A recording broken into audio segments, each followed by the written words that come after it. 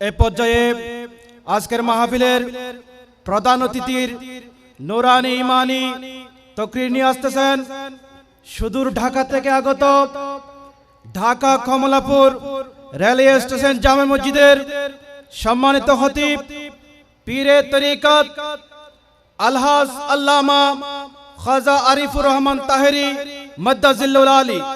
নারায়ে তাকবীর, নারায়ে রিসালাত, নারায়ে গাউসিয়া।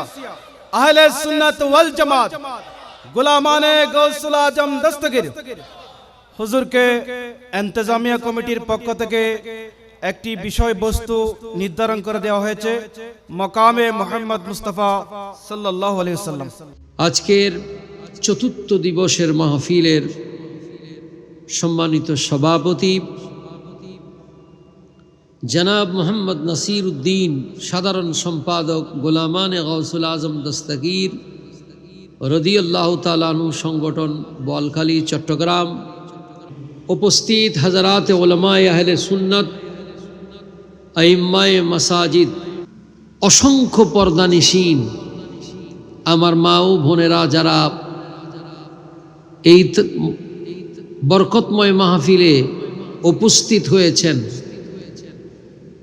এবং বসে কোরআন ও হাদিস থেকে আলোচনা শুনছেন, আল্লাহ পাক আমাদের সকলকে তার মাহবুব বান্দা হিসাবে কবুল করুক। সকলে পড়ুন আমিন।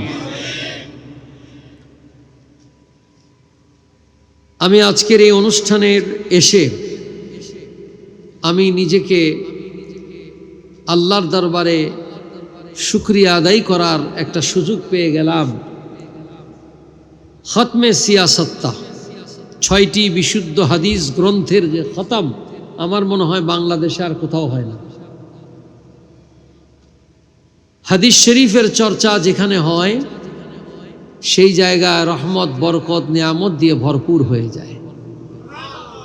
এমনি তো শুধু খতমে বুখারী হয়, কিন্তু তার সাথে বাকি সিয়াসত্তার হাদিসের খতম বা পুরো 6টি বিশুদ্ধ হাদিস গ্রন্থ পাঠ করা হয় 3টি ভাগে।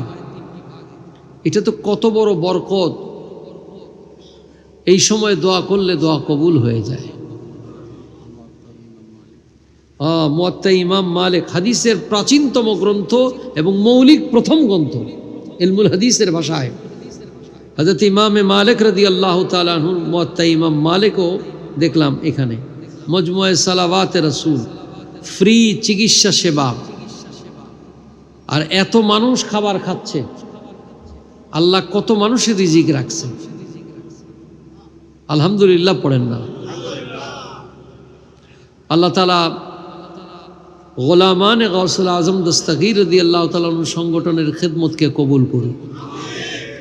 আমি আরেকটা প্রস্তাব রাখব সারা বছরের জন্য, সেটা হলো বয়স্ক মানুষের জন্য, ছোট বাচ্চাদের জন্য কোরআনে কারীম যেন তিলাওয়াতের শিক্ষা হয়। ওয়ারাত্তিলিল কোরআনা তারতিলা, এই প্রজেক্টটা যেন আসে। এটা যদি আসে তাহলে পূর্ণাঙ্গ হয়ে যাবে।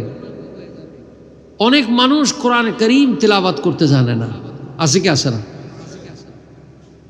আফদালুল ইবাদাতি তিলাওয়াতিল কোরআন, শ্রেষ্ঠ ইবাদতের মধ্যে একটি হচ্ছে কোরআনে কারীম তিলাওয়াত করা, কালামে মজিদ, আল্লাহর কালাম। এই প্রজেক্টটি যদি সারা বছর চলে তাহলে দেখবেন মানুষের মাহফিলের আকর্ষণ তো বাড়বেই, মাহফিলের লোকের সংখ্যা বেড়ে যাবে। কারণ মানুষ শুধু ওয়াজ নসিহত শুনতে বিরক্ত ভাব করে। এখন এগুলো এতটা বেশি আকর্ষণ হয় না। যখন তার ভিতরে এই পড়ার স্পৃহা তৈরি হবে, আল্লাহর কালামে মজিদের বরকত আছে, আছে কি আসে না? রমাদানুল মুবারকে হাফেজ সাহেবরা যখন তেলাওয়াত করতে থাকে, মানুষ হাজার কষ্টের পরও, সারাদিন রোজা রাখার পরও দাঁড়িয়ে দাঁড়িয়ে তেলাওয়াত শুনে। এটা একটা প্রেম আকর্ষণ। আল্লাহর কালামের ডিভাইন গিফট অফ অলমাইটি আল্লাহ, আল্লাহর পক্ষ থেকে এমন এক সুর আল্লাহ তাআলা তৈরি করে দেন, শব্দের গাঁথুনি, সুরের মাধুর্য আর মন প্রাণকে উজাড় করে দেয়। আল্লাহ তাআলা হুজুরের শ্রেষ্ঠ মুজিজা, আল্লাহ তাআলা এই প্রজেক্টটি এখানে যেন বাস্তবায়ন হয় আল্লাহর কাছে, হুজুর গৌসুল আজমের উসিলা যেন কবুল হয়ে যায়। সকলে পড়েন আল্লাহুম্মা আমিন।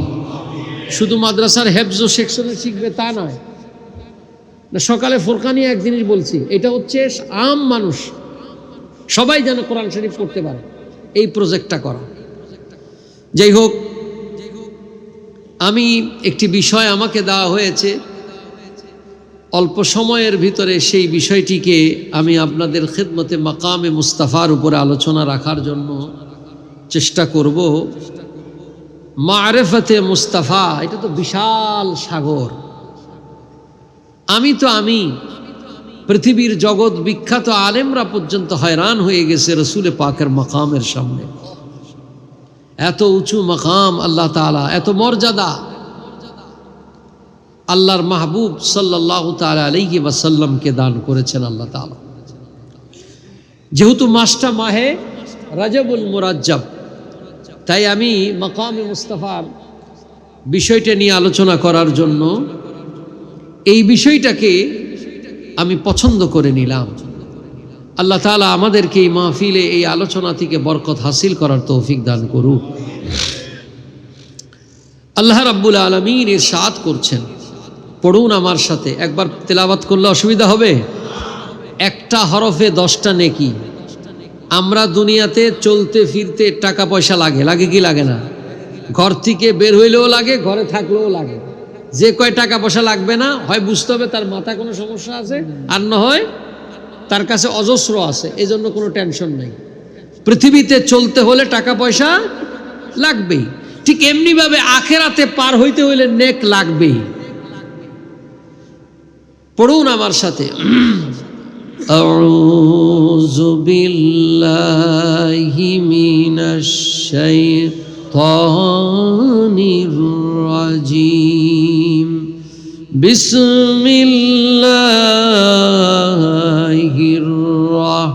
রাহমানির রাহিম, সুবহানাল্লাযী আসরা বিআবদিহি লাইলাম মিনাল মাসজিদিল হারাম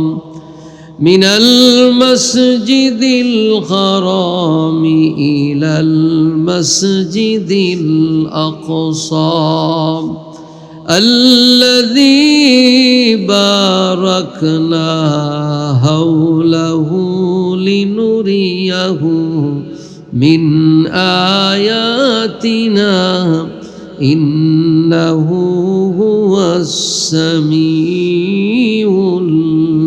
البصير। পড়ুন সুবহানাল্লাহ। অর্থ হচ্ছে সুবহান মানে হচ্ছে পুত পবিত্র, আসরা রাত্রের ভ্রমণকে বলা হয় আসরা, বেআবদিহি তার প্রিয়তম বান্দাকে, আল্লাহর ভাষায় আব, আমাদের ভাষায় হবে মাহবুব, তাহলে তাজিমান হবে। এ মাকামে মুস্তাফা কি জিনিস বুঝবেন। লাইলান রাত্রের কিছু অংশে, মিনাল মসজিদিল হারাম ইলাল মসজিদিল আকসা, মসজিদে হারাম থেকে মসজিদে আকসায় নিয়ে গেলেন, বাইতুল মকদাসের দিকে। বাইতুল্লাহিল হারাম হলো বাইতুল হারাম, যেটা সেটা মক্কা শরীফের মধ্যে যে কাবা ঘর আছে ওইটাকে বোঝানো হয়েছে। কোথায় নিলেন? বাইতুল মকদাসের মধ্যে নিয়ে গেলেন। আল্লাহ বলেন আল্লাযী বারাকনা হাওলাহু। সফর তো অনেক রকম হয়, কষ্টের আছে, আনন্দের আছে। আল্লাহ বললেন পুরো সফরটাকে আমি বরকতময় করে দিয়েছি। বরকত শুধু মসজিদে হারামের মধ্যে দেন নাই, হাউলাহু ইরদ গিরদ, ইধর ভি হ্যায় উধর ভি হ্যায়, ভিতরে বাইরে সব জায়গায় আল্লাহ বরকত দিয়ে ভরপুর করে দিলেন। আল্লাহ কেন নিলেন? লিনুরিয়াহু মিন আয়াতিনা, আমি আল্লাহর নিদর্শনগুলি দেখাবার জন্য। ইন্নাহু হুয়া সামিউল বাসীর, ইন্নাহু হুয়া জমির, আল্লাহর জন্য আল্লাহ অর্থে, রসুল জন্য রসুলের অর্থে, অর্থাৎ তিনি সামিউম বাসির, তিনি শ্রবণ করেন এবং দ্রষ্টা দেখেন। আয়াতে কারিমার সরল অনুবাদ হচ্ছে পূত পবিত্র সেই সত্তা, সেই আল্লাহ তাআলা তার মাহবুবকে রাতের কিছু অংশে মক্কাতুল মুকাররমার মসজিদে হারাম থেকে মসজিদে আকসা জেরুজালেমের মসজিদে নিয়ে গেলেন। গোটা সফরকে আল্লাহ তাআলা বরকতময় করলেন ভিতরে বাইরে। আর এই সফর এই জন্য করালেন যে আল্লাহর গোটা সৃষ্টিকে আল্লাহ তাআলা তার মাহবুবকে দেখাবেন। বড় করে বলুন সুবহানাল্লাহ। তিনি শোনেন এবং দেখেন। আয়াতে কারিমার মধ্যে আল্লাহ তাআলা প্রথমেই আয়াতে কারিমায় শব্দ ব্যবহার করেছেন সুবহান। আল্লাহ তো এখানে আলহামদুলিল্লাহ শব্দ ব্যবহার করতে পারতেন, তা করলেন না। কেন? আল্লাহর প্রত্যেকটি কাজ হিকমতপূর্ণ। আল্লাহর প্রত্যেকটা কাজ কি? হিকমতপূর্ণ। কারণ বিজ্ঞানের দৃষ্টিতে মহাকাশ মহাজগৎ এটা পরিভ্রমণ করা এই অল্প সময় এটা অবাস্তব।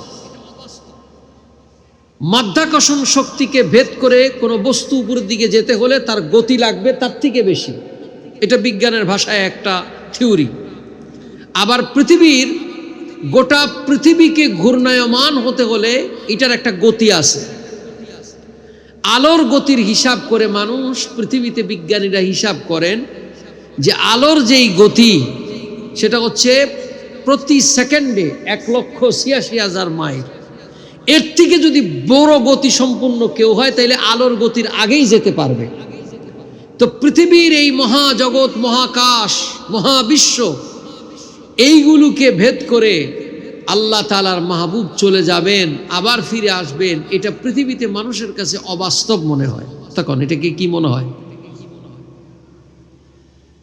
আল্লাহ রাব্বুল আলামিন সুবহান শব্দ ব্যবহার করে বুঝালেন আমার মাহবুবকে নিয়ে গিয়েছি আমি আল্লাহ। সুবহান আল্লাহ তাআলার ওই জাতে পাকের নাম, যার অর্থ হচ্ছে পূত পবিত্র। যেহেতু মেরাজ শরীফের মধ্যে দাওয়াত দিয়ে নিয়ে গেলেন স্বয়ং আল্লাহ। জোরে বলেন, কে নিয়ে গিয়েছেন? আল্লাহ হলেন কাদের মুতলাক। আল্লাহ হলেন কাদের মুতলাক। ইন্নাল্লাহ আলা কুল্লি শাইইন কাদির। সমস্ত কিছুর উপরে যিনি ক্ষমতা রাখেন তার নাম আল্লাহ রাব্বুল আলামিন। ফাআলুন লিমা ইউরিদ। তিনি যা চান তাই করতে পারেন, সেটা হচ্ছে আল্লাহ পাকের গুণ। আল্লাহ বলেন আমি নিয়ে গিয়েছি। পৃথিবীর হিসাবের কথা তোমরা বাদ দাও, আমি আল্লাহ নিয়ে গিয়েছি। যদি আমার মাহবুবের মেরাজকে অস্বীকার করো তাহলে আমি আল্লাহর কুদরতকে অস্বীকার করা হয়। তাই আমি সুবহান ব্যবহার করে বুঝিয়ে দিলাম, আমি আল্লাহর মেরাজে নিয়ে যাওয়াটা যদি অস্বীকার করো তাহলে আমি আল্লাহর কুদরতের উপরে আয়েব হয়, দোষ হয়। এই জন্য আল্লাহ তাআলা সুবহান ব্যবহার করে বুঝালেন আমি পূত পবিত্র, আমি আল্লাহ তাআলা নিয়ে গেছি, এর ভিতরে কোনো আয়েব বা দোষ নাই। বড় করে বলুন সুবহানাল্লাহ। আল্লাহ বললেন সুবহান শব্দ এই জন্য ব্যবহার করেছেন। এরপরে আল্লাহ রাব্বুল আলামিন ব্যবহার করলেন আসরা শব্দ ব্যবহার করলেন। আরবিতে রাত্রে যদি কেউ ভ্রমণ করে তাকে আসরা বলা হয়। এখানে একটা মহা প্রশ্ন আসতে পারে, দিনের বেলায় কেন মেরাজ করালেন না? যদি দিনের বেলায় আল্লাহর মাহবুবকে ঊর্ধ্ব গমনে নিয়ে যেতেন, গোটা সৃষ্টির মধ্যে যারা তখন ছিল সবাই দেখত, কোনো কিরকাল হতো না, কোনো প্রশ্ন হতো না। কিন্তু রাতের বেলায় কেন নিয়ে গেলেন? এর কারণ হলো রাত্রেবেলা সবাই ঘুমায়া থাকে, কিন্তু আল্লাহর এবং রসুলের প্রেমিকরা রাত্রে জাগ্রত হয়ে যায়। রাত্রটা হচ্ছে প্রেমাকর্ষণের সময়। ভাইরা আমার, আল্লাহর নবী মুসলিম শরীফের হাদিসের মধ্যে বলেন, আফদালুস সালাত বাদাল ফরিদাতি সালাতুল লাইল, 5 ওয়াক্ত নামাজের পরে শ্রেষ্ঠ নামাজ হচ্ছে সালাতুল লাইল, মানে রাত্রের নামাজ, অর্থাৎ তাহাজ্জুদের নামাজ। বড় করে বলুন সুবহানাল্লাহ। ফজর, জোহর, আসর, মাগরিব, এশা। ফজরের সময় কিছু সূর্য মাত্র উঠতে থাকে, জোহরে তো পুরো আকাশ আলোকিত থাকে, আসরে থাকে, মাগরিবে অন্ধকার হওয়া শুরু হয়, তারপর আলোর ব্যবস্থা থাকে, ইশার সময় আলো কম হয় তাও ব্যবস্থা থাকে, কিন্তু রাতের অধিকাংশ সময় মানুষেরা ঘুমে থাকে, আল্লাহর মাহবুব বান্দা ছাড়া কেউ জাগ্রত হয় না। এটা প্রেমের নিদর্শন, প্রেমের সম্পর্ক। এই জন্য আল্লাহ তাআলা দিনের বেলায় না নিয়ে তার মাহবুবকে রাত্রে বেলা নিয়ে গেছেন। বড় করে বলুন সুবহানাল্লাহ। রাত্রে নিলেন। এরপর আল্লাহ বলেন আসরা বিআবদিহি। এখানে শব্দ বিআবদিহি কেন আনলেন? বিরাসূলিহি, বিনবিয়িহি, বে মুহাম্মদ যদি আনতেন তাহলে শব্দটা পরিষ্কার হয়ে যেত। আব্দ এই জন্য এনেছেন, আব্দের দ্বারা প্রমাণ হয়ে যায় আমার নবীর মেরাজ সশরীরে হয়েছে। আল্লাহর নবীর সালাফি ওয়াহাবিরা, সালাফি আছে না, আহলুল হাদিস, তারা বলেন নবীজির মেরাজ স্বপ্ন যোগে হয়েছে। হ্যাঁ, আমি অস্বীকার করব না, অন্যান্যগুলো হয়েছে, কিন্তু রজবের 26 তারিখ দিবাগত রজনীর মেরাজের আল্লাহর নবী স্বপ্নে হয় নাই, সশরীরে হয়েছে। বড় করে বলুন সুবহানাল্লাহ। এটার প্রমাণ হচ্ছে আব্দ শব্দের মধ্যে। আব্দ কাকে বলে? আয় রুহি বা জাসাদি। যেই জাসাদ মানে শরীর, শরীরের ভিতরে রুহু থাকে তাকে আব্দ বলা হয়। বড় করে বলুন না সুবহানাল্লাহ। যেমন কোরআনে কারীমের মধ্যে আসছে তাবারাকাল্লাযী নাজ্জালাল ফুরকানা আলা আবদিহি লিয়াকুনা লিল আলামিনা নাযীরা। বড় করে বলুন সুবহানাল্লাহ। তাবারাকাল্লাযী, সে বরকতময় আল্লাহ, নাজ্জালাল ফুরকান, কোরআনকে নাজিল করেছেন। কার উপরে? আব্দ শব্দ আসছে। আমি আব্দ শব্দ বুঝাবার জন্য,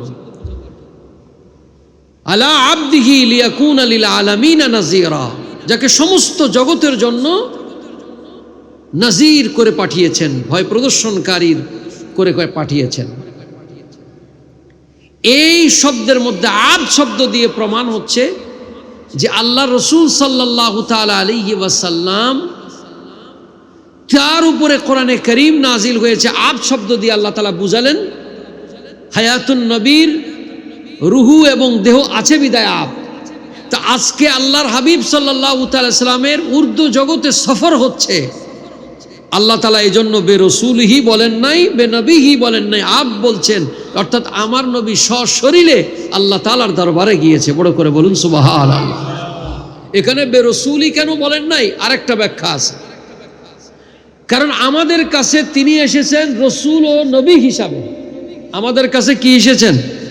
রসুল ও নবী হয়ে। আল্লাহর কাছে যাচ্ছেন বান্দা হয়ে। বড় করে বলুন সুবহানাল্লাহ। আল্লাহ বলেন, এই জন্য আব্দ শব্দের অর্থ আল্লাহর ভাষায় আব্দ বান্দা হবে, কিন্তু আমরা তাজিমান বলবো মাহবুব। বড় করে বলুন না সুবহানাল্লাহ। আল্লাহ বলেন আসরা বিআবদিহি, লাইলান শব্দ ব্যবহার হলো লাইলাম মিনাল মসজিদিল হারামি ইলাল মসজিদিল আকসা। গোটা রাত্র নয়, রাত্রের ভিতরে মাত্র কিছু অংশ। বড় করে বলুন সুবহানাল্লাহ। তানবিন দিয়েছেন 2 জবর 2 পেশ। কেন আসে? লিত তাজিম। এই রাত্রটা বড় তাজিমের রাত্র, এই রাত্রটা বড় উঁচু রাত্র, এই রাত্রটা বড় মহিমান্বিত রাত্র। কারণ পৃথিবীতে কোনো নবীর মেরাজ হয় নাই, পৃথিবীতে কোনো রসুলের মেরাজ হয় নাই, একমাত্র মেরাজ হয়েছে আমার নবীজির। বড় করে বলুন সুবহানাল্লাহ। কিভাবে হলো?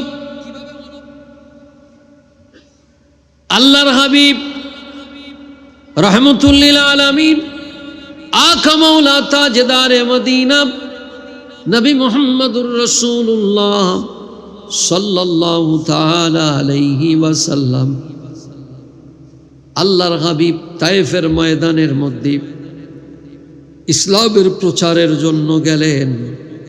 বৃষ্টির মতো নবীজির উপরে পাথর নিক্ষেপ করা হলো, গোটা শরীর রক্তাক্ত করে দিলেন।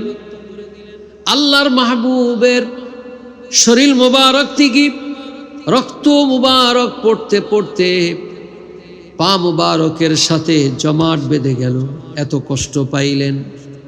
আল্লাহর নবীর এই কষ্ট দূর করার জন্য এবং পিতৃতুল্য চাচা হযরতে খাজা আবু তালেব ইন্তেকাল করলেন, দুঃখ পাইলেন।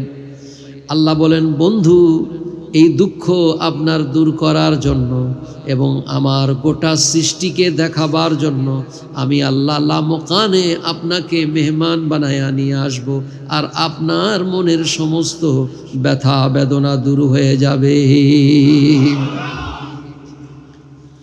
ভাইরা আমার, আল্লাহ রাব্বুল আলামিন জিবরিল আমিনকে বললেন, জিবরাইল আমার বন্ধুকে নিয়ে আসো। আমার বন্ধুকে আনার জন্য আল্লাহ রাব্বুল আলামিন কতগুলো ব্যবস্থা করলেন। এক নম্বরে আল্লাহ তাআলা বললেন, জিবরাইল ওহী নিয়া তুমি সব সময় যাও, কিন্তু আজকে আমার বন্ধুকে আনতে যাবে, এক মহা সমারোহে আমার বন্ধুকে নিয়ে আসবা।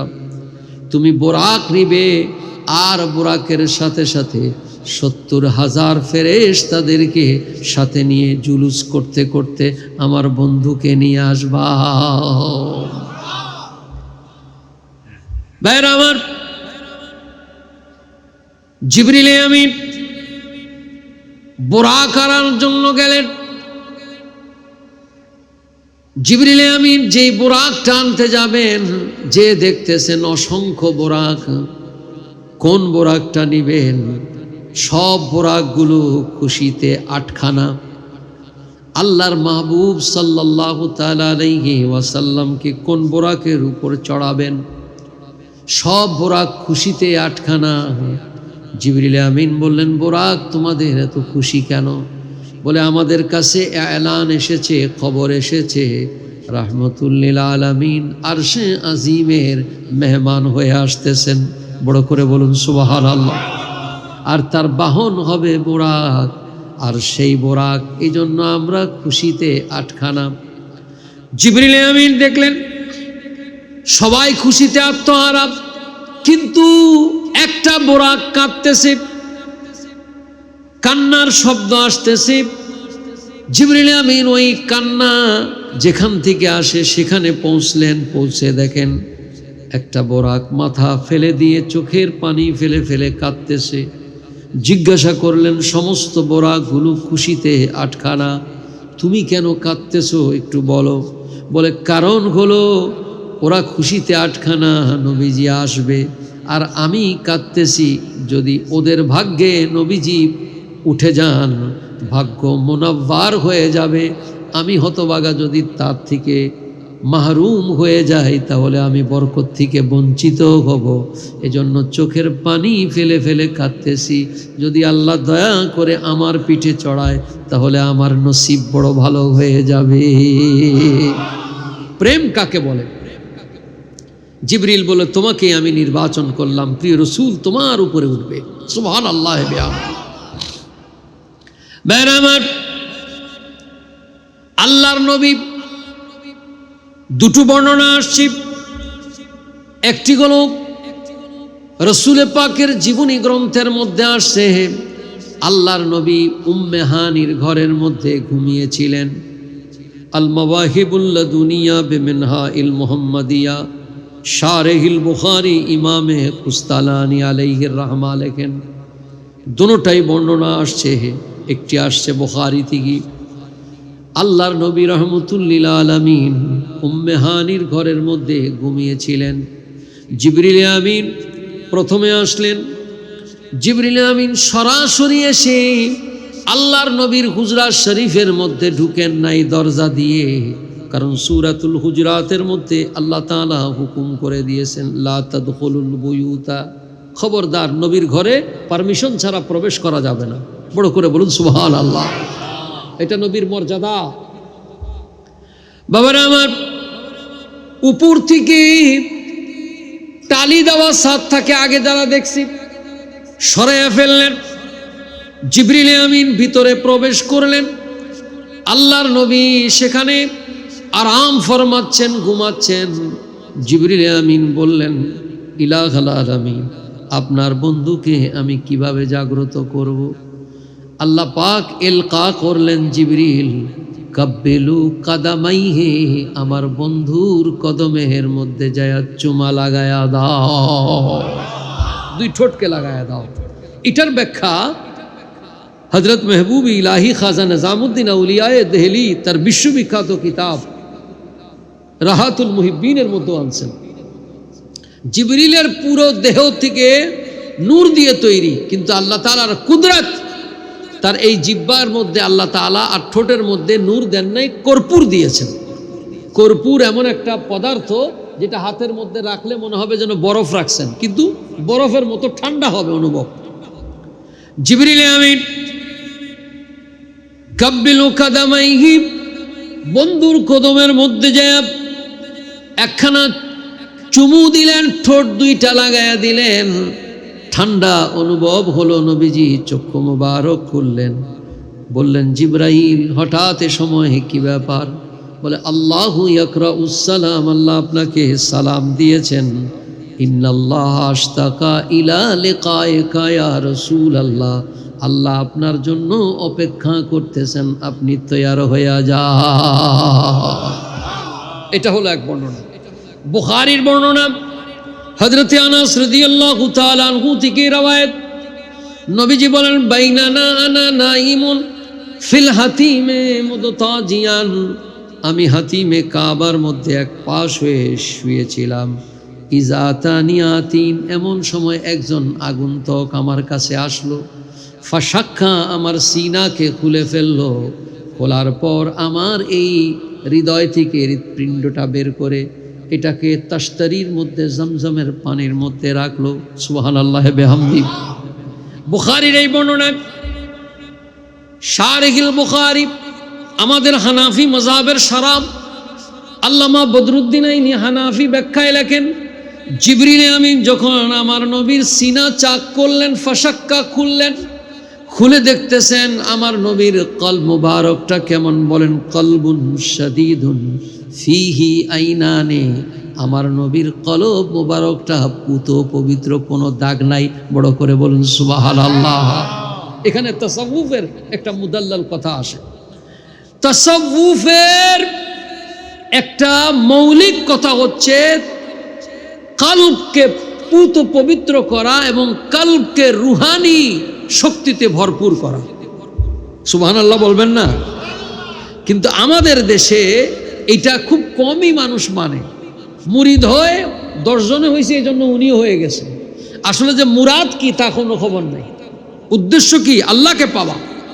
এই কলবটাকে মৌলিক জায়গা বলা হয়েছে, কারণ আল্লাহ রাসূল সাল্লাল্লাহু তাআলা সাল্লামের হাদিস আছে, ইন্না ফিল জাসাদে মুদগা, আল্লাহর নবী বলেছেন নিশ্চয়ই শরীরের মধ্যে একটা মাংসের টুকরা আছে। যখন সারা ওই মাংসের টুকরাটা অপবিত্র হয়ে যায়, সারা দেহটা অপবিত্র হয়ে যায়। ওইটা যদি পবিত্র হয়ে যায় তাহলে সারা দেহটা কি হয়ে যায়? এটা কি? আলা ওয়াহিয়াল কলব। এই কলব, এটা যদি পবিত্র হয়ে যায়, মুসলিম শরীফের মধ্যে হাদিস আছে, যদি কোনো বান্দা গুনাহ করে সেই গুনার দাগ কলবের মধ্যে যেয়ে পড়ে। এই কলবের দাগ যখন সে ইস্তেগফার পড়ে তখন দূর হয়ে যায়, আর যদি না পড়ে গুনাহ কন্টিনিউ থাকে তখন একটা দুইটা দাগ পড়তে পড়তে পড়তে পড়তে পুরা কলব কালো হয়ে যায়। কাল্লা বাল রানা আলা কুলুবিহিম, কোরআনে কারীমের মধ্যে আসছে। ওই কলব পুত পবিত্র হওয়া, এটা হচ্ছে রুহানিয়তের সবচেয়ে বড় সিঁড়ি। বড় করে বলুন না সুবহানাল্লাহ। তো হুজুর তো সাইয়্যিদুল মাসুম, হুজুরের এই কলব মুবারক খুলে এটা বলার উদ্দেশ্য কি? আসলে হাকিকত হলো আমার হুজুরের কলব মুবারকের হাই অবস্থানটা কি। জিবরিল আমিন আমার প্যারা মাহবুবের কলব মুবারককে দেখলেন, কলবুন শাদীদুন ফিহি আইনানি, এমন কলব মুবারক যেই কলব মুবারকটা পুত পবিত্র, আবার কলব মুবারকের মধ্যে দুইখানা চক্ষু মুবারক আছে। ফিহি, শুধু ওই কলব মুবারকের মধ্যে চক্ষু আছে তাই নয়, তসমাআনে তুবসিরানে তসমাআনে, দুইখানা কান মুবারক আছে যা দিয়ে শোনা যায়। বড় করে বলুন সুবহানাল্লাহ। আমার নবীর কলব মুবারকের ভিতরে চক্ষু মুবারক আছে, একটা হলো মাথার চক্ষু মুবারক, আরেকটা হলো কলব মুবারকের মধ্যে চক্ষু আছে, চক্ষু মুবারক আছে, আবার কলব মুবারকের মধ্যে কান মুবারক আছে, উজনানে তসমাআনে, শোনা যায়, এবং এমন কান যেটা দেখা যায়। এর উদ্দেশ্য কি? উদ্দেশ্য হচ্ছে আমরা এই আকীদা রাখি, এটা আমাদের আহলে সুন্নাত ওয়াল জামাতের আকীদা, যে বা যে যেখান থেকে দুরুদ সালাম পড়ি আমার নবী শোনে, আর যদি তবকা আলা হয় তাহলে তাকেও আমার নবী দেখে। বড় করে বলুন সুবহানাল্লাহ। এজন্য আমরা মিলাদে তাজিমান দাঁড়াই। বড় করে বলুন না সুবহানাল্লাহ। মিলাদে কিভাবে দাঁড়াই? সম্মানার্থে দাঁড়াই, কারণ আমার নবী দেখতেছে। বড় করে বলেন না সুবহানাল্লাহ। আমি দেখি না, এটা আমার আয়েব, উনি দেখে না, ওনার আয়েব, কিন্তু নবী তো দেখতেছে। বাবারা আমার, জিবরিল আমিন ওই কলব মুবারককে দেখলেন। আল্লাহর হাবিব রাহমাতুল লিল আলামিন হুজুর করিম সাল্লাল্লাহু তাআলা আলাইহি ওয়াসাল্লামকে জিবরিল আমিন সিনা চাক কেন করলেন? এখানে অনেক লম্বা ব্যাখ্যা আছে, সময় কম। কারণ হচ্ছে সিনা চাক করার কারণ হচ্ছে, কারণ আমার নবী পৃথিবীর এই মহাজগৎ থেকে, পৃথিবী থেকে মহাকাশ মহাজগতের দিকে যাবেন। যেমন আজকে আমরা দেখেন আমার গায়ে জ্যাকেট আছে, আছে কি আছে না? হযরতের গায়েও আছে মোটা কাপড়, আছে কি আছে না? ওনার এখানে কোট আছে, আছে কি না? ওনার চাদর আছে, ওনার চাদর আছে। আমরা কি গরমকালে এগুলি পরি? কেন? তখন আর ঠান্ডা, তো ঠান্ডার সময় শরীরকে আবৃত করে গরম কাপড় দ্বারা। ঠিক আল্লাহর হাবিব এমন এক জগতে যাচ্ছেন যেই জগতের জন্য যেই রকম প্রস্তুতি দরকার আল্লাহ তাআলা আমার মাহবুবকে সেই রকম ভাবে তৈরি করে নিচ্ছেন। বড় করে বলবেন না সুবহানাল্লাহ। এখন বিজ্ঞানীরা চাঁদে যায়, দেখবেন কি কাপড় পরে, অক্সিজেনের কত ব্যবস্থা থাকে, আছে কি আছে না? কিন্তু আমার নবীর এগুলো লাগে, আল্লাহ ওভাবেই নবী পাককে তৈরি করে নিয়েছেন। সুবহানাল্লাহ। আল্লাহর হাবিব রাহমাতুল লিল আলামিন জিবরিল আমিন বলেন, ইয়া রাসূলুল্লাহ, ইয়া হাবিবাল্লাহ, আপনি তৈয়ার হয়ে যান, হুজুর আপনাকে নেওয়ার জন্য বোরাক আনা হয়েছে। হুজুর অজু করলেন। কি করলেন? ভালো করে অজু করার দরকার আছে কি না? মনে রাখবেন, আল্লাহ হযরত শামেশ ইস্তানে রাজার মধ্যেও লেখছে, আমালাতের কিতাবের মধ্যে, মুসলমানের উচিত অজু অবস্থায় থাকা। কি অবস্থায় থাকা? কারণ মান তাবাজ্জা ফাহসানাল উযুআ ফাখারাজাত খাতায়া মিন জাসাদিহি, যে পরিপূর্ণ বতরতিবের সাথে, সৌন্দর্যের সাথে অজু করে, অজু করার সময় তার হাত থেকে পানিগুলো যখন পড়ে তার সাথে সাথে গুনাহগুলো ঝরে ঝরে পড়ে যায়। আয় গুনায়ে সগীরা, ছোট গুনাহগুলি পড়ে। আর আরেক হাদিসের মধ্যে আসছে, ইমানদার মোমেন মোমেনাতদের এই অজু যেই জায়গার পানিগুলো লেগেছে কিয়ামতের ময়দানে সেই স্থানগুলো আলোকিত হয়ে যাবে। বড় করে বলুন না সুবহানাল্লাহ।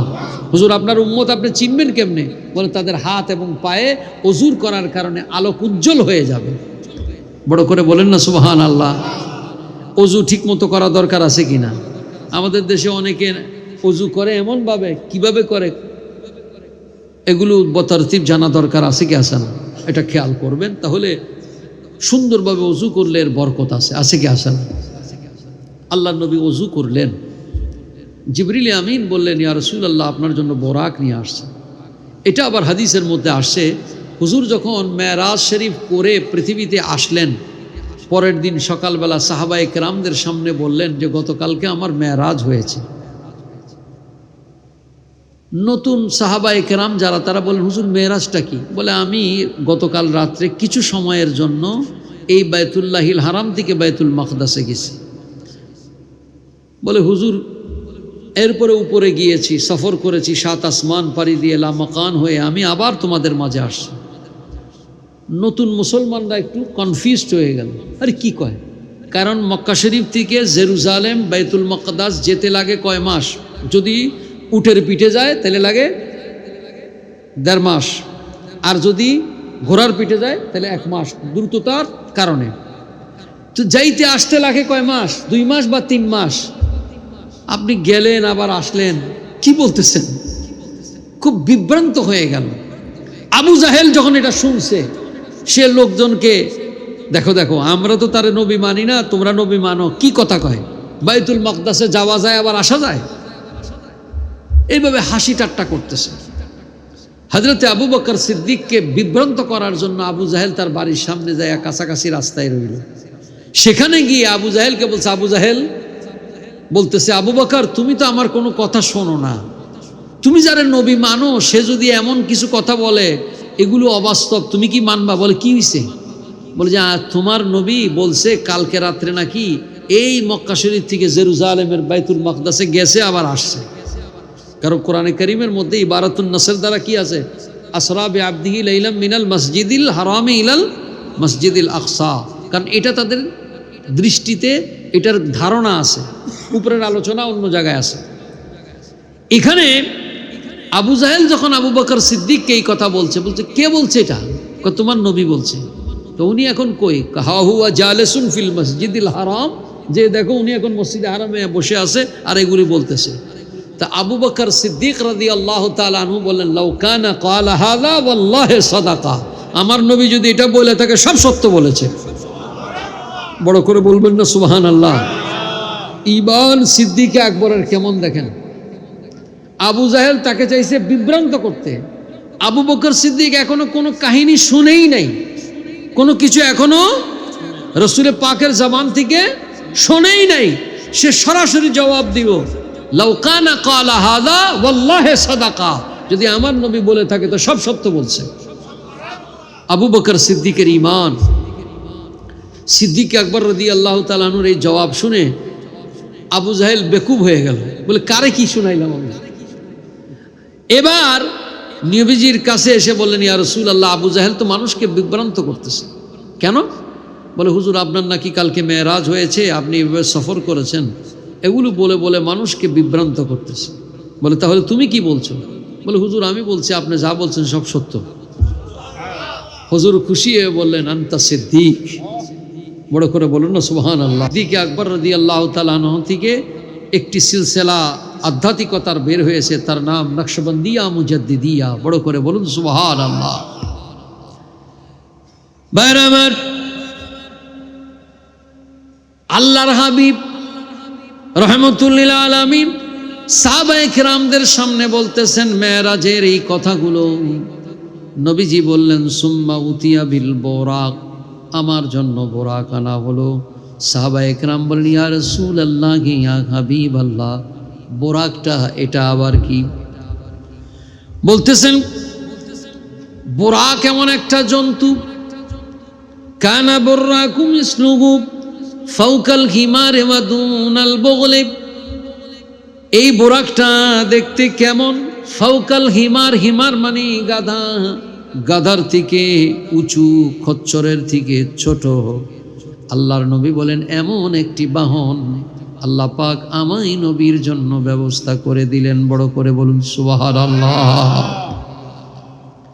ভাইরা আমার, বাবারা আমার, সেই বোরাক আল্লাহর হাবিব রাহমাতুল লিল আলামিন সাহাবায়ে কেরামরা প্রশ্ন করলেন, হুজুর আমরা উট দেখেছি, ঘোড়া দেখেছি, খচ্চর দেখেছি, আপনার বোরাকের গতি কেমন, কত স্পিডে চলে? নবীজি বলেন ইয়াদাউ হাফিরাহু ইনদা মুনতাহা তারফিহি, আমার বোরাকের গতি এত বেশি, একটা পা উঠাইলে দৃষ্টির শেষ সীমানা যেখানে যায় পড়ে, আমার বোরাকের দ্বিতীয় পা সেই জায়গার মধ্যে যায় পড়ে। এত পাওয়ারফুল বোরাক, বরকুম বিজলি থেকে, ইলেকট্রিসিটি। ভাইরা আমার,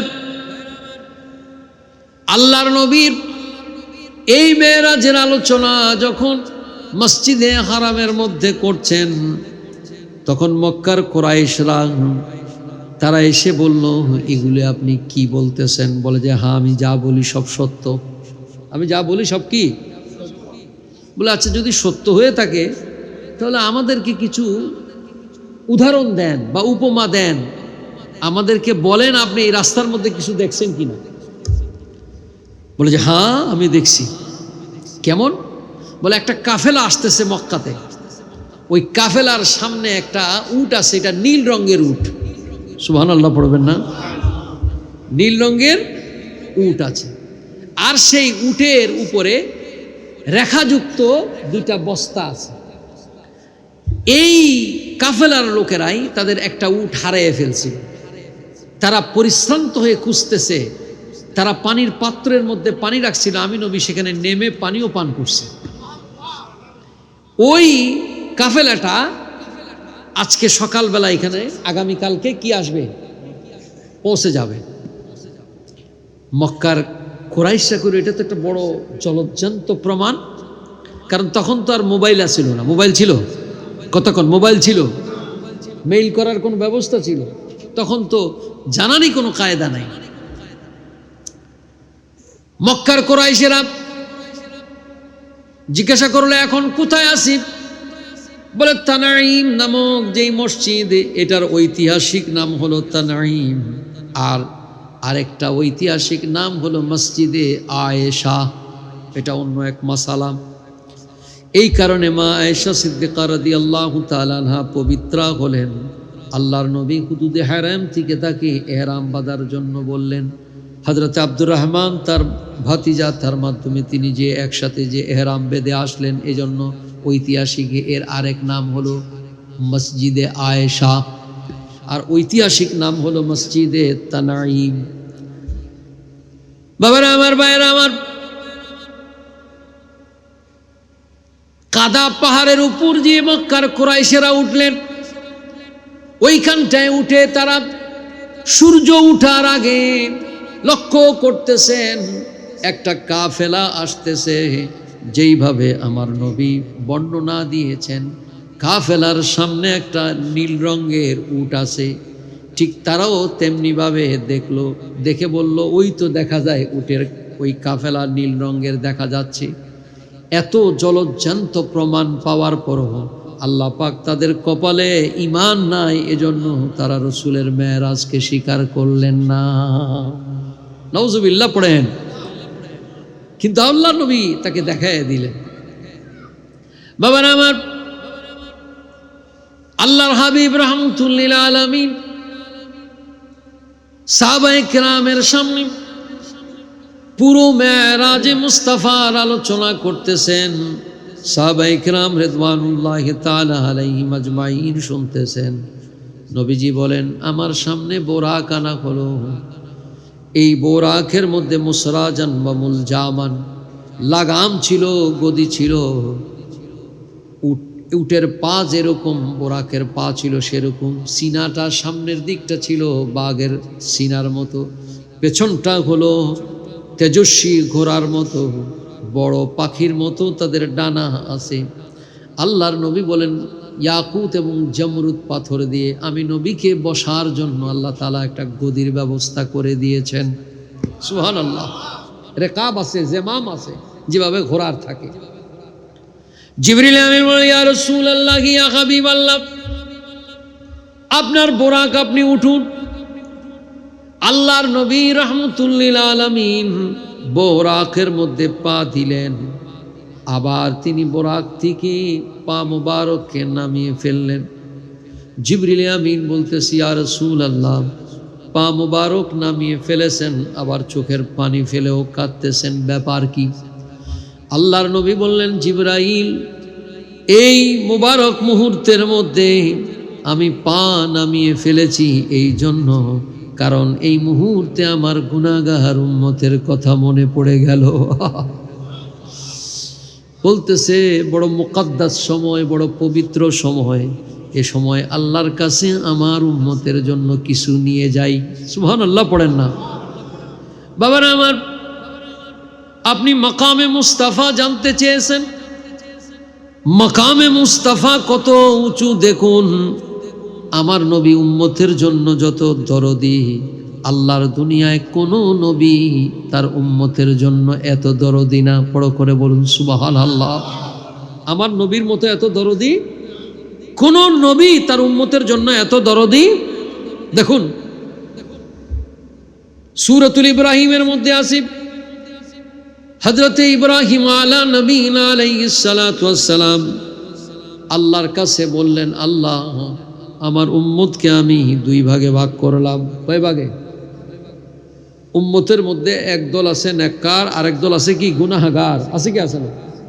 তিনি বললেন, সূরাতুল ইব্রাহিমের মধ্যে আয়াতে কারিমা আছে, সাইয়েদনা ইব্রাহিম খলিলুল্লাহ বললেন, ফামান তাবিয়ানি, আল্লাহ যারা আমি ইব্রাহিম আলাইহিস সালামের ইত্তেবা করেছে, ফামান তাবিয়ানি ফাইন্নাহু মিন্নি, আল্লাহ এগুলিকে আমার ভাগে নিয়ে নিলাম। আর আমার উম্মতের মধ্যে যারা আমি ইব্রাহিম আলা নবীনা আলাইহিস সালামের কথা শুনে নাই, আল্লাহ তোমার নাফরমানি করেছে, ওয়ামান আসানি, আল্লাহ আমি তাদেরকে তোমার ভাগে দিয়ে দিলাম। একটু চিন্তা করেন, আমার নবী কত বড় রহমতুল লিল আলামিন, কত বড় দয়াবান আমাদের জন্য। ইব্রাহিম আলা নবীনা আলাইহিস সালাম উম্মতকে কয় ভাগ করলেন? আমার কথা যদি না বুঝেন, আমি যে ভাষায় কথা বলছি আপনারা বুঝেন তো? আপনাদের সব শব্দ আমি না বুঝলো, আশা করি আমার শব্দ বুঝেন তো আপনারা? হ্যাঁ, তাহলে বলেন, ইব্রাহিম আলাইহিস সালাতু ওয়াস সালাম উম্মতকে কয় ভাগ করেছেন? বড় করে বলেন না বাবা। কে দুই ভাগ করেছেন? হযরতে ইব্রাহিম আলা নবীনা আলাইহিস সালাম। আদবের সাথে বলবেন। দুই ভাগ করার পর নেককারদেরকে কে নিলেন? হযরতে ইব্রাহিম। বাবা ইব্রাহিম এমনি বলবেন না, এগুলো তো বেয়াদবি। বলবেন হযরতে ইব্রাহিম আলাইহিস সালাম আলা নবীনা আলাইহিস সালাতু ওয়াস সালাম, তিনি নিলেন নেককারগুলোকে, আর গুনাহগারগুলোকে কার ভাগে দিলেন? ফাইন্নাকা গফুরুর রহিম, আল্লাহ এই জন্য দিছি তুমি গফুর, ক্ষমাকারী এবং রহিম, ইচ্ছা করলে ক্ষমা করো, রহম করো, তোমার ব্যাপার, এগুলোর জিম্মা টিম্মা আমি নিব না। কে বললেন? সাইয়েদনা ইব্রাহিম আলা নবীনা আলাইহিস সালাতু ওয়াস সালাম। আর আমার নবী কি বললেন? আমার নবী বলেন, শাফাআতি লিআহলিল কাবায়ের মিন উম্মতি, আয় আল্লাহ তাআলা আমার উম্মতের মধ্যে যত গুনাহগার, এগুলি তোমাকে দিব না, আমি জিম্মা নিব। গুনাহগারদের মধ্যে যারা কবিরা গুনাহ করেছে, কবিরা গুনাহ কি বড় গুনাহ? কবিরা গুনাহ বুঝেন নাকি আপনারা? গুনাহে কবিরা, গুনাহে সগীরা। সগীরা মানে কি? একটু জবান খুলে বলেন না রে বাবা। আপনাদের চতুর্দিকে প্যান্ডেল, শীত তো লাগে না? কষ্ট হইতেছে বাবা? যেই ধরনের খাবার দাবারের ইন্তজাম, খাইতে খাইতে আপনারা মনে হয় টায়ার্ড হয়ে গেছেন। হ্যাঁ, খাবার খাওয়ার পর উচিত ছিল বাড়িতে না যায়া কোথায় আসা? এই মাহফিল, এই কারণেই তো খাবারের ব্যবস্থা। কি বলেন? আমার কথায় রাগ হলেন বাবা? আপনারা বেজার হলেন বাবা? তাহলে আগামীতে যেই মাহফিলের দিন হবে, ওই দিন আপনাদের উচিত হবে খাবার দাবার শেষ মাহফিলে এসে বসে যাবেন, কারণ এই মাহফিলের ওসিলায় খাবারের ইন্তজাম। কথা বলুন ঠিক কি না? এটার কদরদানি করতে হবে না? এটার মূল্যায়ন করতে হবে না? আর যদি শুধু খেতে আসেন তাহলে তো কোনো বরকত পাবেন না। কথা বলেন ঠিক কি না? বাবার আমার নবীর মতো এত দয়াল নবী, আমার নবীর মতো এমন দয়াল নবী উম্মতের জন্য দুনিয়ায় কোন নবীকে খুঁজে পাবেন না। আমার নবী যত উম্মতের জন্য মায়া। হযরত ইব্রাহিম নবীনা আলাইহিস সালাতু ওয়াস সালাম উম্মতকে দুই ভাগ করেছেন। গুনাহগারগুলোকে আল্লাহর জিম্মায় দিয়ে দিয়েছেন, নেককারগুলোকে তিনি নিয়ে নিয়েছেন। কিন্তু হযরত ইব্রাহিম আলাইহিস সালাতু ওয়াস সালামের মতো আমার নবী করেন নাই। আমার নবী বলেন, মাবুদ নেককারগুলো তোমার ভাগে দিয়ে দিলাম, আর যত গুনাহগার আছে আমি নবীর জিম্মায় রেখে দিলাম। এটা আবু দাউদ শরীফের হাদিস। আপনারা যারা মদিনা শরীফের মধ্যে যাবেন, বাবুস সালাম দিয়ে যখন ঢুকবেন, বাবুস সালাম দিয়ে ঢুকলে রিয়াজুল জান্নার আগে দেখবেন বাম পাশে সৌদি গভর্নমেন্ট এ হাদিস খানাকে লেখে ঝুলিয়ে রেখে দিয়েছে সাইনবোর্ডের মধ্যে, শাফাআতি লি আহলিল কাবাইর মিন উম্মতি। আমার উম্মতের মধ্যে যদি উম্মত হিসাবে থাকে, গুনাহ যদি কবিরা হয়ে থাকে, বড় হয়ে থাকে, শয়তানের ফেরেবের মধ্যে পড়ে যদি আমার উম্মত গুনাহগার হয়ে যায়, আর গুনার পরিমাণ যদি বড় গুনাহ হয়ে যায়, আমার নবী বলে যদি ঈমান থাকে, আমার গোলামির মধ্যে যদি উম্মত থাকো, আমি নবী ওয়াদা দিতেছি সুপারিশ করে জান্নাতে নিয়ে যাব। এমন দয়াল নবী দুনিয়াতে আর কোনো উম্মত এরকম পেয়েছে? সেই নবীর মহব্বত আছে কি আছে না? ইয়া রাসূলুল্লাহ ইয়া হাবিবাল্লাহ ইয়া রাসূলুল্লাহ। বাবা জবান খুলে মহব্বতে পড়বেন। ইয়া রাসূলুল্লাহ বললে কি গুনাহ হবে? হ্যাঁ, গান গাইলে তো হুজুর ফতোয়া দেয় না, আমার নবীর শানে কাসিদা পড়লে ফতোয়া দেয়। আরে বাবা, প্যারা নবীর মহব্বত কিয়ামতের ময়দানে আমল দিয়ে পার হওয়ার যে চিন্তা রাখবে সে সবচেয়ে বেশি আগে থাকবে। আর যে আমার নবীর সুপারিশের আশায় বসে থাকবে, আল্লাহ পাক তাকে নবীর সুপারিশ দিয়া জান্নাতে নিয়ে যাবে। তাহলে আশেকানে মুস্তাফা মোহব্বতে জবান খুলে পড়েন, ইয়া রাসূলুল্লাহ ইয়া হাবিবাল্লাহ ইয়া রাসূলুল্লাহ ইয়া। পাই যদি নবী গো আপনার দিদার, বহুতের কষ্ট থাকবে না আমার। ও গো দয়া করিয়া দিয়েন গো দিদার, ইয়া রাসূলুল্লাহ ইয়া হাবিবাল্লাহ ইয়া রাসূলুল্লাহ। মনকির নাকির আসিয়া সওয়াল করবে বসায়া, দিও গো নবীজি পর্দা উঠায়া। মনকির নাকির আসিয়া সওয়াল করবে বসায়া, দিও গো নবীজি পর্দা উঠায়া। ও গো করিব সালাম কদম চুমিয়া, ও গো করিব সালাম কদম চুমিয়া। ইয়া রাসূলুল্লাহ ইয়া হাবিবাল্লাহ ইয়া রাসূলুল্লাহ। আল্লাহ কবুল করুক, সকলে পড়েন আমিন। বাবার আমার, আল্লাহর হাবিব রহমতুল লিল আলামিন হুজুরের সামনে বোরাক আনা হলো। নবী পাক তখন পা মুবারককে নামিয়ে ফেললেন। জিবরিল আমিন বলেন, ইয়া রাসূলুল্লাহ ইয়া হাবিবাল্লাহ, আপনি কেন বোরাক থেকে পা নামিয়ে ফেললেন? বলে, জিবরাইল আলিশান মাবুদের দরবারে যাচ্ছি, আমার উম্মতের কথা মনে পড়ে গেল। কিয়ামতের ময়দান যখন হবে, হাশরের ময়দান যখন হবে, তামার জমিন হয়ে যাবে, সূর্যটা এক বিগত সামনে চলে আসবে, বড় কষ্টের জায়গা হবে। আল্লাহ যেভাবে গালিচা বিছায়া আমাকে নিয়ে যাচ্ছে, আমার উম্মতরে যদি কিয়ামতের ময়দানে এমনি ব্যবস্থা করে দিত, আমি নবী আজকে খুশি হয়ে যেতাম। আমার নবী উম্মতের জন্য কাঁদতেছেন। আল্লাহ পাক কোরআনে কারীমে তখন যেই ওয়াদা হয়েছে সেটাকে এভাবে বলছেন। আল্লাহ পাক বলেন, ইয়াউমা নাহশুরুল মুত্তাকিনা ইলার রহমানি ওয়াফদা। আল্লাহ বললেন, আমার বন্ধু আপনি কাঁদবেন না, আমি আপনার সাথে ওয়াদা দিতেছি, আপনার উম্মতের মধ্যে যারা তাকওয়ার অধিকারী হবে, যাদের ভিতরে মুত্তাকি পরহেজগারি থাকবে, আমি আল্লাহ ওয়াদা দিলাম, আমি তাদেরকে ওয়াফতা দিয়ে তাদেরকে উঠাবো। হযরত তাফসীরে রুহুল মানির মধ্যে আল্লামা মাহমুদ আলুসি বাগদাদি আলাইহির রাহমা লেখেন, ওয়াফদার দুই মানা অর্থ লিখেছেন।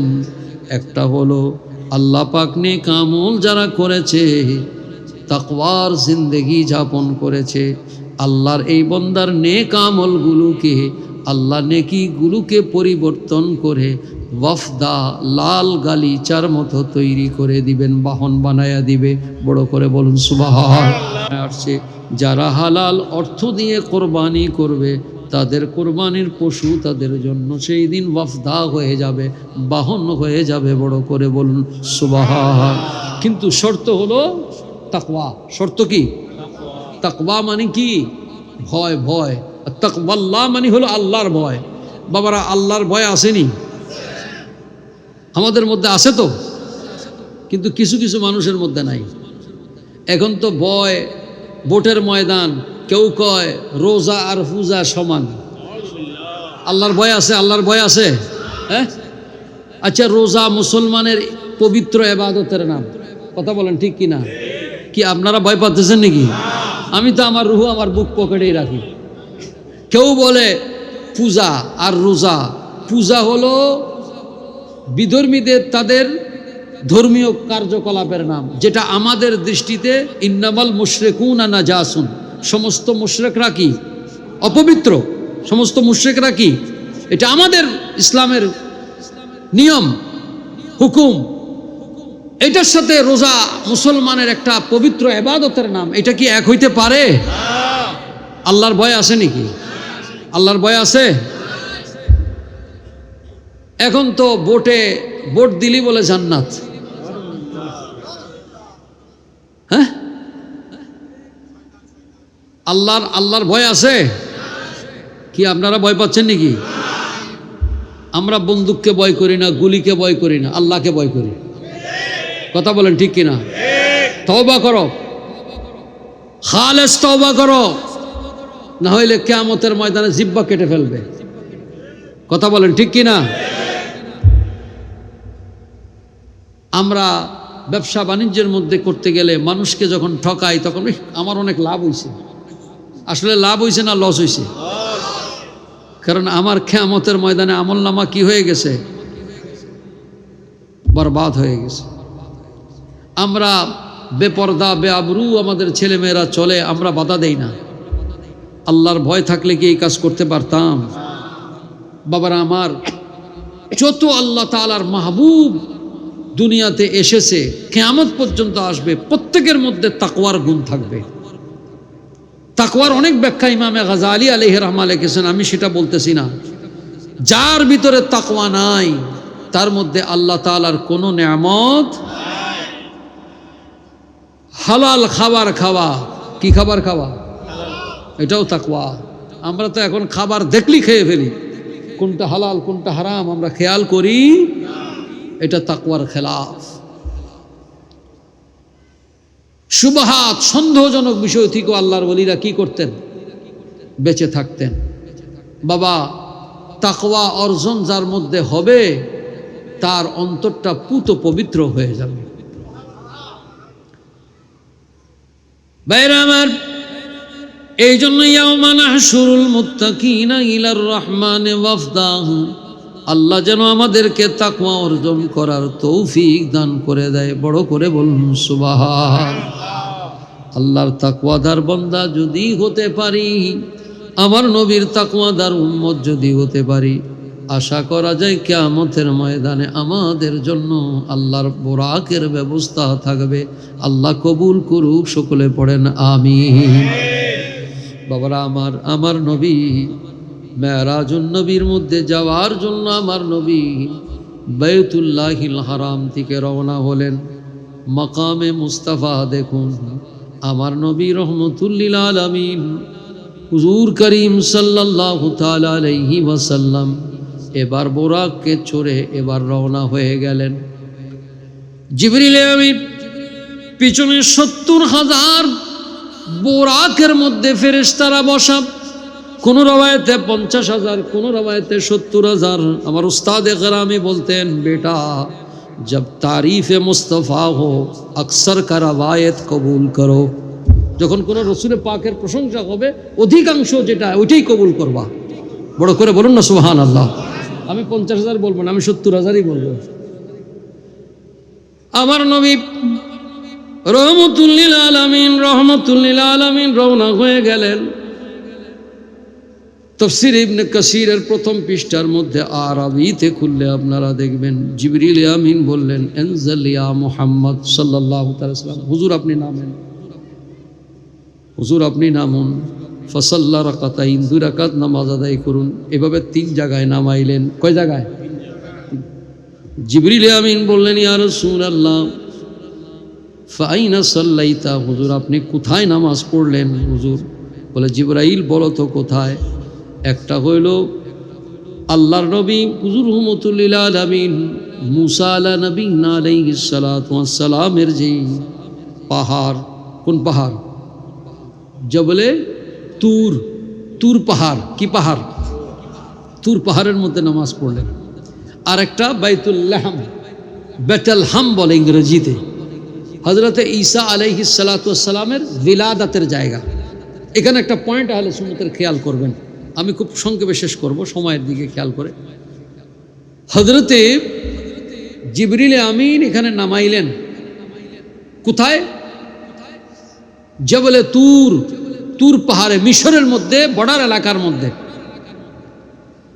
এই জবলে তুর, যেখানে মুসা আলা নবীনা আলাইহিস সালাতু ওয়াস সালাম আল্লাহর সাথে কালাম করার জন্য আল্লাহর হুকুমে এসেছিলেন। মুসা আলা নবীনা আলাইহিস সালাতু ওয়াস সালাম আল্লাহর সাথে কথা বলেন, রব্বি আরনি, আয় আল্লাহ তাআলা আমি আপনার সাথে কথা বলি। খেজুর গাছের মাথা দিয়া আওয়াজ আসে। আল্লাহ যখন বলেন, ইন্নী আনাল্লাহু রব্বুল আলামিন, আয় পয়গম্বর মুসা আলা নবীনা আলাইহিস সালাম আমি তোমার রব, প্রভু। সুবহানাল্লাহ পড়ুন। কে বলতেছে? আওয়াজ আসতেছে কোন জায়গা দিয়া? খেজুর গাছের মাথা দিয়া। লাউড স্পিকার এখানে, কিন্তু সাউন্ড বক্স আরেক জায়গায়। মুসা আলা নবীনা আলাইহিস সালাতু ওয়াস সালাম বলেন, আল্লাহ তোমার সাথে কথা বলতে এত মজা, তুমি আল্লাহ দেখতে জানি কত মজা। আল্লাহ আমি তোমাকে একটু দেখতে চাই। রব্বি আরনি আনজুর ইলাইক। সুবহানাল্লাহ বলেন। আল্লাহ আমি দেখব। মুসা আলাইহিস সালাম বলে, আল্লাহ আমি দেখব তুমি দেখতে কেমন। আনজুর ইলাইক। আল্লাহ বলেন, ক্বালা লাম তারানি, আয় মুসা কখনো তুমি আমি আল্লাহকে দেখতে পারবা না। মুসা আলাইহিস সালাম বলেন, আল্লাহ কথা কইতে পারছি, দেখবো না কেন? মিন ওয়ারাইল হিজাব, পর্দার আড়াল থেকে কথা বলে এত মজা, দেখতে পারব না কেন? মুসা আলা নবীনা আলাইহিস সালাতু ওয়াস সালাম আরজি রাখলেন। আল্লাহ বলেন, যাও 30 দিন তুমি রোজা রেখে আসো। হযরতে মুসা আলা নবীনা আলাইহিস সালাতু ওয়াস সালাম 30 দিন রোজা রাখলেন। 30 দিনের শেষ দিন মুসা আলা নবীনা আলাইহিস সালাম তিনি খুব ভালো করে মেসওয়াক করলেন। ভাবলেন, আমার মুখ থেকে যদি দুর্গন্ধ বের হয় আমি মাবুদের সামনে কথা বলবো কেমনে? হযরতে মুসা আলা নবীনা আলাইহিস সালাতু ওয়াস সালাম তিনি ভালো করে মেসওয়াক করলেন। আল্লাহ বললেন, পয়গম্বর মুসা তুমি কেন মেসওয়াক করলা? বলে, রব্বুল আলামিন এই জন্য করেছি, একটু পরে আপনার সাথে দেখা করতে যাব, যদি মুখ থেকে দুর্গন্ধ বের হয় তাহলে এটা খারাপ আয়েব, এই জন্য আমি মিসওয়াক করেছি। আল্লাহ বললেন, তুমি কি জানো না, তুমি রোজা রেখেছো, রোজাদার ব্যক্তির মুখের দুর্গন্ধকে আমি আল্লাহ পরিবর্তন করে রিহিল মিস্ক বানায়া দে। বড় করে বলুন সুবহান। মুসা আলাইহিস সালামকে আল্লাহ বলেন, তাইলে আল্লাহ কি করবো? আরো 10 দিন রোজা রাখো। সুবহানাল্লাহ বলে না, তাফসীর করে দেখবেন। মুসা আলাইহিস সালাম 40 দিন পরে তুর পাহাড়ের মধ্যে আসলেন। মনে আছে তো কথা? মনে আছে তো? আর 10 মিনিট কথা বলবো অল্প সময়ের মধ্যে, কারণ এই পাহাড়ের উপর আল্লাহ নামাইলেন। এই পাহাড়ের মধ্যে কি আছে? সূরাতুত তিনের মধ্যে আল্লাহ তাআলা কসম করেছেন, 3টা কসমের একটা কসম, ওয়াত-তিনি ওয়াজ-যাইতুন ওয়া তুরি সিনিন ওয়া হাযাল বালাদিল আমিন। আছে কি আছে না? তুরে সিনিন আল্লাহ কসম করেছেন এই পাহাড়ের। নবী পাককে জিবরিল আমিন এই পাহাড়ের মধ্যে নামাইলেন। একটু খেয়াল করবেন, একটু খেয়াল করবেন, আল্লাহ পাক ওই পাহাড়ের মধ্যে নামাইলেন। হযরতে মুসা আলা নবীনা আলাইহিস সালাতু ওয়াস সালাম ওই পাহাড়ের মধ্যে যখন যাবেন, 21 মাইল এলাকা আল্লাহ তাআলা ফেরেশতা দিয়ে বেষ্টন করে ফেললেন। ভিতরে যত রকমের কেরামান কাতেমিন থেকে শুরু করে পোকামাকড় যা আছে সব আল্লাহ সেখান থেকে বের করে দিলেন। মুসা আলা নবীনা আলাইহিস সালাতু ওয়াস সালাম পাহাড়ের নিচে আসছেন, এখন উপরে উঠবেন। পা মুবারকের মধ্যে জুতা। আল্লাহ বলেন, ফাখলানা আলাইক, এ পয়গম্বর মুসা আলা নবীনা আলাইহিস সালাতু ওয়াস সালাম, আপনি জুতাটা খুলে ফেলুন। আল্লাহ কেন খুলবো? ইন্নাকা বিল ওয়াদিল মুকাদ্দাসাতি তুয়া, এটা হলো পবিত্র একটা পাহাড়। একটু খেয়াল করবেন, আল্লাহ কি বললেন? পবিত্র পাহাড়। এর আগে আল্লাহ কি বললেন? জুতা খুলে ফেলো। এখানে এই মশলাটা একটু খেয়াল করবেন। এই পাহাড়ের সাথে সম্পর্ক হয়েছে কার? এই তো বুঝছেন কার সম্পর্ক হয়েছে? আল্লাহ পাকের হয়েছে। আল্লাহ বলছেন এটা পবিত্র পাহাড়। এখানে এখনো ওহী কোনো নাজিল হয়, শুধু একটু আল্লাহ ব্যবস্থা করছেন দেখার জন্য। এখান থেকে একটা মাসলা শিখেলেন, আল্লাহর সাথে যাদের সম্পর্ক হয়ে যায়, ওই বস্তু যদি পবিত্র হয়ে যায়, আল্লাহর সাথে যেই কলবের সম্পর্ক হয়ে যায়, ওই কলব বড় দামি হয়ে যায়। এই জন্য বাবা, আমরা যখন মসজিদের মধ্যে ঢুকি, জুতা নিয়ে ভিতরে ঢুকি, তো সবাই তো বললেন না, মসজিদের মধ্যে জুতা নিয়ে ঢুকি। জুতা যতই দামি হোক, কি করেন? সম্পর্ক কার? এই মসজিদের সাথে সম্পর্ক কার? এটা হলো তাজিম। এটার নাম কি?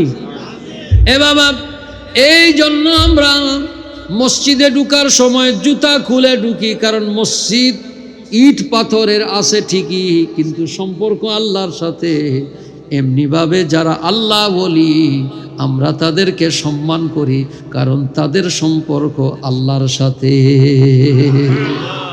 এই জন্য আমরা আল্লাহর মাহবুব ওলিদেরকে কি করি? সম্মান করি। হযরত মুসা আলা নবীনা আলাইহিস সালাতু ওয়াস সালাম উঠলেন। ফালাম্মা তাজাল্লা রাব্বুহু লিল জাবাল, আল্লাহ পাহাড়ের উপরে 70,000 নূরের পর্দা থেকে, তাফসীরের মধ্যে আসছে ওয়ামা তালাহু বিহুজুবিল আনওয়ারিল জালালিয়া, আল্লাহর তাজাল্লির 70,000 পর্দার মাত্র সামান্য একটু আল্লাহ তাআলা উঠাইলেন। যেই মাত্র তাজাল্লি হযরতে মুসা আলা নবীনা আলাইহিস সালাতু ওয়াস সালামের সেই পাহাড়ের উপরে ফেললেন, সাইয়েদনা মুসা আলা নবীনা আলাইহিস সালাতু ওয়াস সালাম আল্লাহর সেই তাজাল্লির প্রেমে বেহুশ হয়ে গেলেন। ফখররা মুসা সাইখা। এখন হাজরিন, ওই জায়গার মধ্যে আল্লাহ তাআলা কি জিবরিলকে দিয়ে কি বললেন? ফাসাল্লা রাকাতাইন, আপনি এখানে 2 রাকাত নামাজ পড়েন। এখানে তো মুসা আলাইহিস সালামের সাথে সম্পর্ক, এগুলোর সাথে সম্পর্ক কার? মুসা আলাইহিস সালামের সম্পর্ক কার? তো সেই অনেক আগের ঘটনা, আল্লাহ এখানে কেন নামাইলেন? এখান থেকে 2 রাকাত নামাজ পড়াইলেন। এটার দ্বারা বোঝা গেল বরকতময় জায়গায় গিয়ে নামাজ পড়া সুন্নতে রসুল। বড় করে বলুন সুবহানাল্লাহ। এই জন্য ওলি আল্লাহর দরবারে সূরা কাহফের শেষে দিয়ে আছে, যেখানে ওলি, আমি শেষ করে দিচ্ছি, সূরা কাহফের শেষে দিয়ে আছে আল্লাহর ওলিদের মাজারে মুকদ্দাসার পাশে মসজিদ হয়, ওই জায়গায় নামাজের মধ্যে বরকত হয়। বড় করে বলুন না সুবহানাল্লাহ। এই জন্য আমাদেরকে একটু আহলে সুন্নাত ওয়াল জামাত কি জিনিস বুঝতে হবে কি হবে না। দ্বিতীয়ত হচ্ছে হযরতে মূসা আলা নবীনা আলাইহিস সালামের এই জায়গায় নামাইলেন, দ্বিতীয় জায়গায় নামাইলেন, সেটা কোথায়? হযরতে ঈসা আলা নবীনা আলাইহিস সালাতু ওয়াস সালাম যেখানে পয়দায়েশ হয়েছেন, ওই জায়গার মধ্যে আল্লাহ তাআলা তার মাহবুবকে বোরাক থেকে নামালেন। নামানোর পর আল্লাহর হাবিব সেখানে 2 রাকাত নামাজ আদায় করলেন। আরে বেতলহাম, এটা তো ঈসা আলাইহিস সালামের পয়দায়েশের জায়গা, এখানে কেন নামাজ পড়লেন? এটা হলো সেই, আপনাকে একটু আগে যেই কথা বলছি, আল্লাহর মাহবুবরা যেখানে পয়দা হন তাদের সাথে সম্পর্ক যা হয় সেই জায়গাটা বরকতময় হয়ে যায়। এই জন্য আমরা ওলি আল্লাহর দরবারে গেলে পাশে মসজিদে 2 রাকাত নামাজ পড়ি, আছে কি আছে না? আমরা সেখানে নামাজ পড়ে আল্লাহর কাছে ওলি আল্লাহর উসিলা দিয়ে দোয়া করি, কারণ সেখানে দ্রুত দোয়া কবুল হয়ে যায়। ইমামে শাফি আলাইহি রাহমা লিখছেন যে দ্রুত দোয়া কবুলের জায়গা হলো ইমামে আজম আবু হানিফার রওজায়ে মুকাদ্দাসা। আল্লাহ কবুল করে, সকলে পড়েন আমিন। হাজরিন, আমি আর লম্বা সময় নিতে পারছি না, সময়ের ইখতিতাম করতে হচ্ছে আমাকে। আল্লাহর হাবিব সাল্লাল্লাহু আলাইহি ওয়াসাল্লাম আরেকটা গেলেন মদিনাতুল মুনাওয়ারা শরীফ, যেটা খেজুরের বাগান ছিল। এখান থেকে আল্লাহ পাক সুম্মা উরিজা বিহি ইলা সামাইদ দুনিয়া, এই দুনিয়ার আসমানের জায়গাগুলো সব শেষ করে উপরের দিকে যাওয়া শুরু করলেন। সমস্ত নবীগণ প্রথম, দ্বিতীয়, তৃতীয়, চতুর্থ, পঞ্চম, ষষ্ঠ, সপ্তম আসমান ইব্রাহিম আলা নবীন আলাইহিস সালাম পর্যন্ত রয়ে গেল। এরপরে আমার নবী তারও উপরে চলে গেলেন। মাকামে মুস্তাফা কাকে বলে? এটার নাম মাকামে মুস্তাফা। সমস্ত নবী রয়ে গেছেন কোথায়? আসমানোं की पर सब नबी रह गए, अर्श आज़म तक पहुँचा हमारा नबी। आला हज़रत कलाम, আসমানো হি পর সব নবী রহ গয়ে, সব নবী আসমানের মধ্যে রয়ে গেছে, আরশে আজম তক পৌঁছা হামারা নবী। মোহব্বতে বলতে পারবেন না আপনারা? সবসে আওলা মারা নবী, সবসে বা হামারা। आसमानों की पर सब नबी रह गए, अर्श आज़म तक पहुँचा हमारा नबी, सबसे औला वाला हमारा नबी, सबसे बा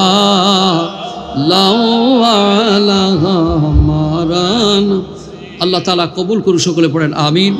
গোলামানে গৌসুল আজম দস্তগীর সংগঠন যারা করেছেন, যারা খিদমত করেছেন, আমি তাদের সকলকে হৃদয়স্থল থেকে মোবারকবাদ জানাই। এরা যে কিতাব দিচ্ছেন, কোরআন শরীফ পড়া দিচ্ছেন, তারপরে খাবারের ইন্তজাম করছেন, কিন্তু আমি একটা আর্জি রাখছি না, আমি আমার সারা গাড়ি ধরতে হবে। আচ্ছা, আছে তো, হাজারাতরা আছে, আমার জন্য কষ্ট হয়ে যাবে। 10 মিনিটে কথা বলবে। আচ্ছা, তা আমি ওনাদের খিদমতে রাখছি যে আপনারা বয়স্কদের কথা বুঝেন না? আমার বয়স্ক মানুষ আছে না, অনেক মানুষ আছেন যারা কোরআন শরীফ পড়তে পারেন, আছে কি আছে না? আমাদের ধর্মগ্রন্থর নাম কি? কোরআনুল করিম, ফুরকানে হামিদ। কথা বলেন ঠিক কিনা? সামনে মাহে রমাদানুল মুবারক আসতেছে, কথা বলেন ঠিক কিনা? সামনে কি আসতেছে? মাহে রমাদানুল মুবারক আসতেছে, নুজুলে কোরআনের মাস। তো এখানে এত বড় প্রজেক্ট, আমি একটু অনুরোধ করব যিনি দায়িত্বে আছেন, যারা আছেন সকলকে, যে প্রতিদিন আপনারা এই প্ল্যানিংটা নেন যে এই বয়স্ক মানুষ যারা পুরুষ, বয়স্ক নারী, তাদের জন্য কোরআন শরীফ শিখার একটা ব্যবস্থা যেন হয়। দরকার আছে কি আছে না? আছে কি আছে না? দুনিয়াতে এত শিখলেন, সব কিছু শিখলেন, কিন্তু আল্লাহর কোরআনই পড়তে শিখলেন না। এর থেকে দুঃখ আছে? কথা বলেন, আছে কি আছে না? আমাদের এগুলো শিক্ষা করা দরকার আছে কি আছে না? তিলাওয়াতে কোরআন এমন এক নিয়ামত। সাহাবায়ে কেরাম রিদওয়ানুল্লাহ তাআলা আলাইহিম আজমাইনদের আমলের মধ্যে এটাও ছিল যে তারা কোরআনে কারীমের কেউ হাফেজ ছিলেন, তিলাওয়াত করতেন। সিদ্দিক আকবর রাদিয়াল্লাহু তাআলা আনহু একবার আল্লাহর নবী যাচ্ছেন, দেখতেছেন সিদ্দিক আকবর রাদিয়াল্লাহু তাআলা আনহু ধীরে ধীরে খুব আস্তে আস্তে তেলাওয়াত করতেছেন। আবার দেখলেন সেদিন আবু বকর সিদ্দিকের থেকে ক্রস করে যেগুলো সামনে গেছেন, দেখলেন ফারুক আজম খুব বড় বড় আওয়াজে পড়তেছে। এবার দুইজন যখন মসজিদে নববীতে আসলেন তো জিজ্ঞাসা করলেন যে সিদ্দিক আকবর, তুমি আস্তে আস্তে কেন পড়তেছো? বলে, আমি এই জন্য পড়তেছি, যাকে শোনাবার দরকার তাকে শোনাইতেছি। আর ফারুক আজমকে বললে যে তুমি বড় করে আওয়াজ করে পড়ছো কেন? বলে, হুজুর, আমি আল্লাহকেও শোনাচ্ছি, শয়তানকেও দূরে ঠেলে দিচ্ছি। বড় করে বলুন না সুবহানাল্লাহ। আপনারা কোরআন শরীফ পড়া শিখবেন তো বাবা? সবাই বলতেছেন না। দুনিয়ায় সব শিখতেছেন, আল্লাহর কোরআন শিখতেছেন না। আল্লাহ তাআলা যেন আমাদেরকে কোরআনে কারীমের কারি বানায় দেয়। বলেন আল্লাহুম্মা আমিন। দরকার আছে কি আছে না? বাবা, আপনি দোয়া করবেন মা বাবার জন্য, কি ABCD পড়ে দিয়ে দোয়া করলে কাজ হবে? বলেন না বাবা। বাংলা কিছু পড়লে দোয়া কবুল হবে? সওয়াব রেসানি করতে হলে, ইসালে সওয়াব করতে হলে কি পড়তে হবে? কোরআনে কারীমের সূরা তেলাওয়াত করতে হবে, আয়াতে কারিমা তেলাওয়াত করতে হবে, দুরুদে পাক পড়তে হবে। কথা বলেন ঠিক কিনা? তাহলে এগুলোকে আমাদের জানা দরকার আছে কিনা? না প্রত্যেক দিন হুজুরকে ডেকে ডেকে নিয়ে যাবে? আমাদের জানা দরকার আছে কি আছে না? আল্লাহ আমাদেরকে বুঝবার তৌফিক দান করে দিক। একটু সামান্য কথা বলবো, যেহেতু ওরা বলছে একটাম। আমার আল্লাহর হাবিব হুজুর করিম সাল্লাল্লাহু তাআলা আলাইহি ওয়াসাল্লাম এই 3 মুকদ্দাস জায়গায় নেমে হুজুর নামাজ পড়লেন। আমাদের জন্য শিক্ষণীয় বিষয় হলো এই যে এই জায়গাগুলোতে আল্লাহর হাবিব নেমেছেন, নামাজ পড়েছেন। এই জায়গাগুলো কোন কোন জায়গা? কোনোটা নবীর সাথে সম্পর্ক, দোনোটাই নবীর সাথে কি সম্পর্ক। তা আল্লাহর নবী স্বয়ং নেমে সেই জায়গাগুলো বসেছেন, দেখিয়ে হুজুর নামাজ পড়েছেন। এবং আল্লাহর হাবিব সাল্লাল্লাহু আলাইহি সাল্লামের এই তাবাররুকওয়ালা জায়গাগুলো পৃথিবীতে এখনও আছে। আছে কি আছে না? আমরা তো যদি আপনার তুর পাহাড়ের দিকে যাই, আমি মিশরের মধ্যে যখন গেলাম দেখতে, মিশর ঘুরতে গিয়েছিলাম, আমার মাদ্রাসার ছেলেরা সেখানে পড়ে, ওরা বলল হুজুর আপনি আসেন। গেলাম, কিন্তু আমার অনেক জায়গায় ঘুরেছি। ইমাম ইবনে হাজার আসকালানির জিয়ারত করেছি, ইবনে শিরিনের জিয়ারত করেছি, তারপরে আপনার গিয়া জুন্নুন মাসরির জিয়ারত করেছি, অনেক হাজারাতদের কারি বাসেদের মাকবারার মধ্যে গেছি।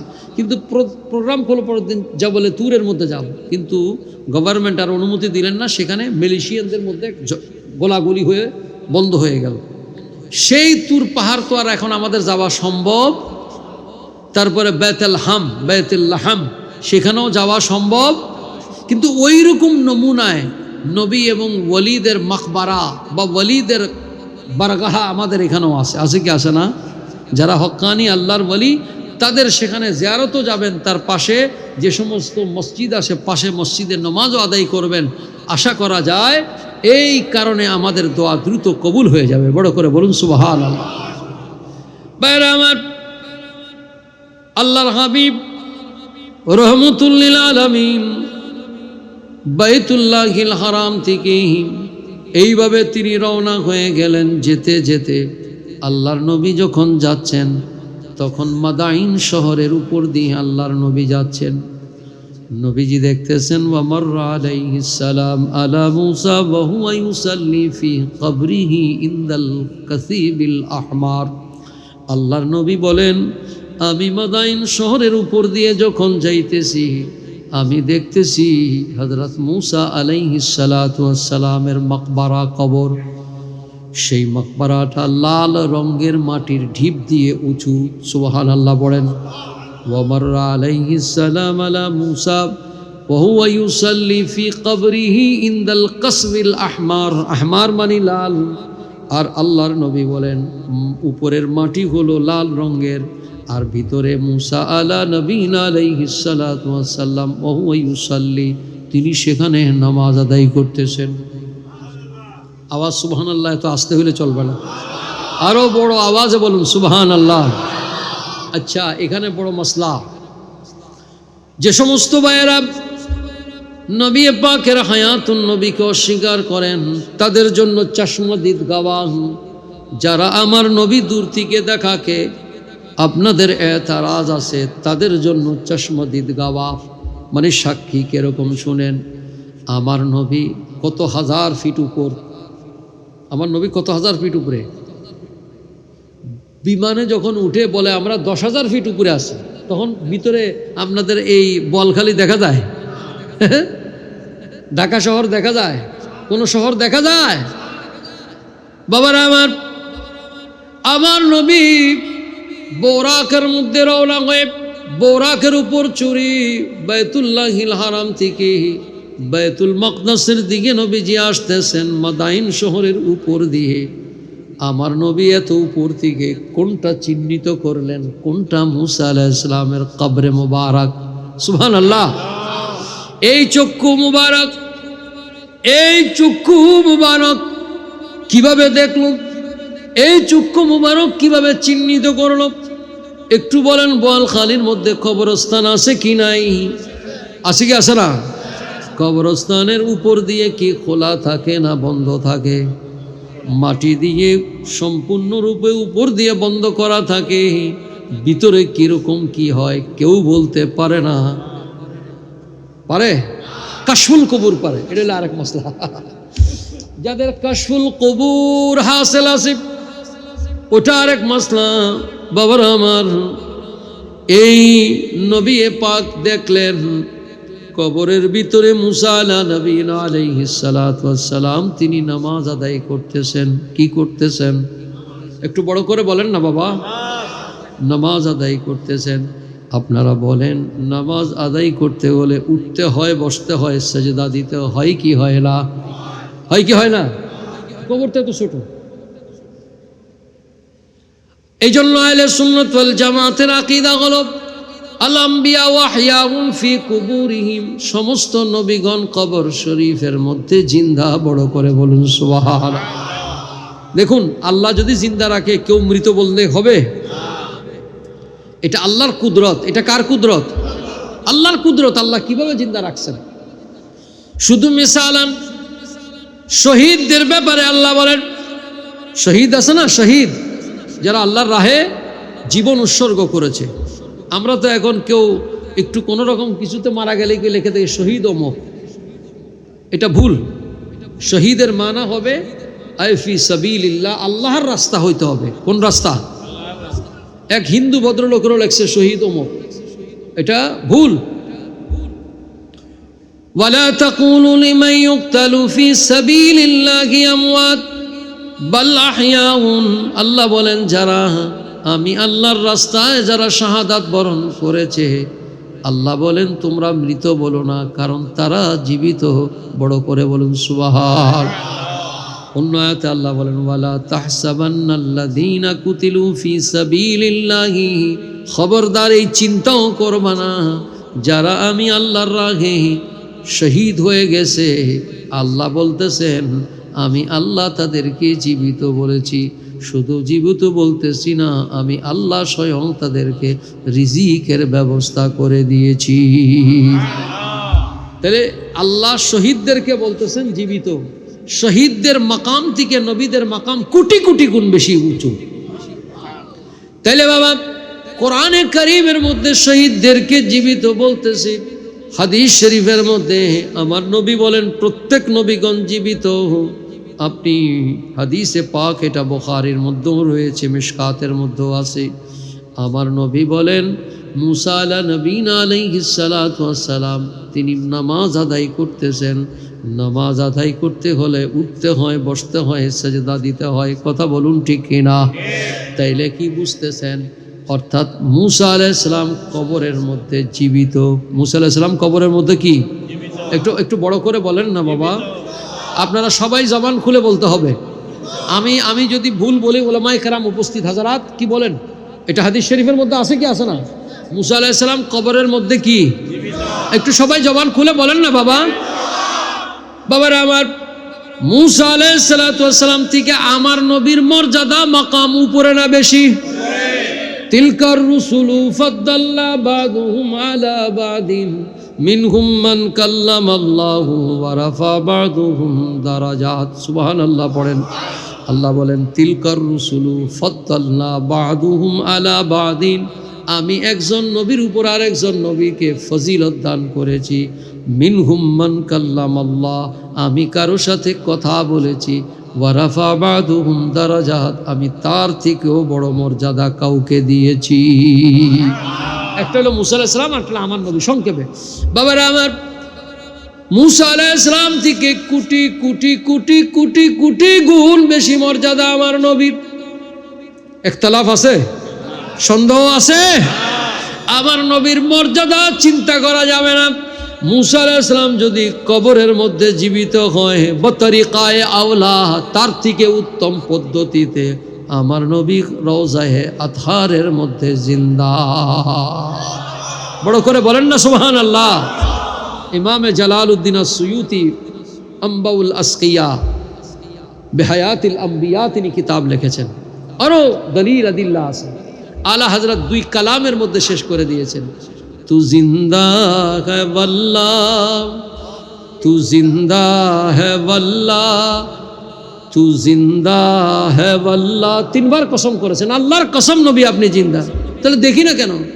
मेरी चश्मे आलम से चुप जाने वाले। सुभान अल्लाह। আমার চোখে পর্দা পড়ার কারণে আমি দেখতেছি না, নবী আপনি জিন্দা। বড় করে বলুন না সুবহান আল্লাহ। হাজারিন, শুধু এখানে একটা নয়, একটা জিন্দার মাসলা, আরেকটা হলো, এই জন্য এই মাসলাকে বলা হয় হায়াতুন নবী। এই মাসলাকে কি বলা হয়? একটু বড় করে বলেন না বাবা। আপনাদের কথা মুখে মুখে থাকা দরকার আছে কি না? তাহলে বলুন, নবীগণ হায়াতুন নবী। বলেন নবীগণ। এ ব্যাপারে কোনো ইখতিলাফ? চারো মাযহাবের ইমামগণ থেকে শুরু করে तमाम উলামায়ে কেরাম, সালাফিরা সারা সবাই একমত। দেওবন্দীরাও এ ব্যাপারে একমত যে আল্লাহর হাবিব থেকে শুরু করে तमाम আম্বিয়া আলাইহিস সালাম কবর শরীফের মধ্যে কি? বাবারা আমার, মুসা আলাইহিস সালামকে আপনারা জিন্দা দেখেছেন, কিন্তু এই দিকে যিনি তাকে জিন্দা দেখেছেন আমার নবীর চক্ষু মুবারকের উপর কুরবান। দেখছে কে? আমার নবী। কে দেখেছে? একটু বলেন। আর নবী না বলবেন আমার নবী। এটা কার চশমা? আমার। মোবাইল কার? আমার। বললেন এটা কি মোহব্বত আছে কি আছে না? দাবি আছে কি না? দাবি শক্ত। তো বলবেন আপনি আরেকজনের বলেন আমার নবী। এজন্য আলা হযরত বলছেন হামারা নবী। বড় করে বলুন না সুবহানাল্লাহ। তেরা নবী नहीं गुस्ताख रसूल, नबी तुम्हारा नहीं हमारा है। বড় করে বলুন না সুবহানাল্লাহ। হাজরিন, আমার নবীর চক্ষু মুবারকের তারিফ, মা যাগাল বাসার ওয়া মা তাগা। এমন চক্ষু, যেই চক্ষু আল্লাহকে দেখার ব্যাপারে একটু বাঁকা তাকা হয় নাই। যেই নবী চক্ষু দিয়ে আল্লাহকে দেখেছেন, সেই নবীর চক্ষু মুবারক থেকে কোনো কিছু আর গায়েব থাকতে পারে? আমার নবী আল্লাহ পাককে দেখেছেন। বড় করে বলুন না সুবহানাল্লাহ। রাআইতু রাব্বি আযজা ওয়া জাল্লা ফি আহসানি সূরাতি। আল্লাহ পাক আপনি, আমার নবী ইরশাদ করেন, রাআইতু রাব্বি, আমার প্রভুকে আমি দেখেছি, ফি আহসানি সূরাতি, অপরূপ সৌন্দর্যে। সুবহানাল্লাহ বলেন। এটা আমার নবীর চোখে, আমার আপনার চোখে না। বুঝতে হবে মাসলা। রাআইতু রাব্বি আযজা ওয়া জাল্লা ফি আহসানি সূরাতি, অপরূপ সৌন্দর্যে আল্লাহকে দেখেছেন।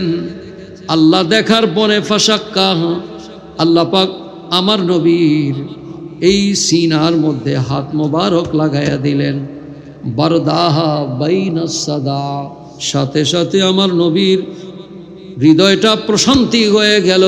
আমার নবী বলেন, ফাআল্লিমতু মা ফিস সামাওয়াতি ওয়াল আরদ, আসমান আর জমিনের মধ্যে যত রকমের জ্ঞান আছে আল্লাহ পাক ওই মুহূর্তে আমি নবীর সিনার মধ্যে দান করে দিলেন। ওয়াল্লামাকা মা লাম তাকুন তা'লাম ওয়া কানা ফাদলুল্লাহি আলাইকা আযীমা। বড় করে বলুন সুবহানাল্লাহ। হাজিরিন, অন্য সময় কথা হলে সুযোগ হবে, আল্লাহ তাআলা বুঝার তৌফিক দান করুক। ওয়া আমিন ওয়া আখিরু দাওয়ানা আনিল হামদুলিল্লাহি রাব্বিল আলামিন। আসসালামু আলাইকুম ওয়া রাহমাতুল্লাহি ওয়া বারাকাতুহু।